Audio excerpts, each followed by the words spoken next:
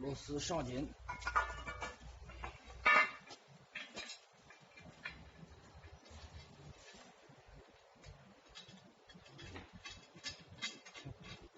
把左面螺丝上紧，注意右面螺丝盖上几扣即可。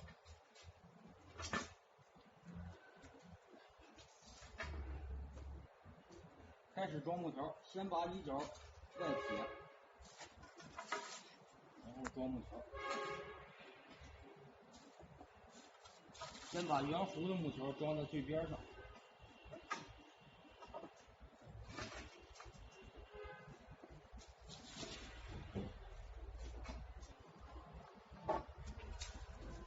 把木条一次性装完。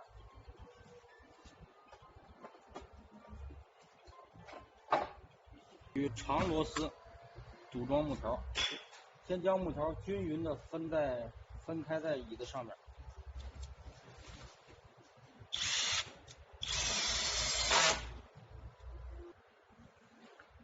将螺丝全部上好以后，将右侧螺丝上紧。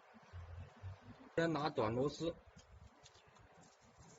然后拿这个4个眼的短片装到后面，装到椅子的中间位置。再拿5个眼的长片装到椅子的下面。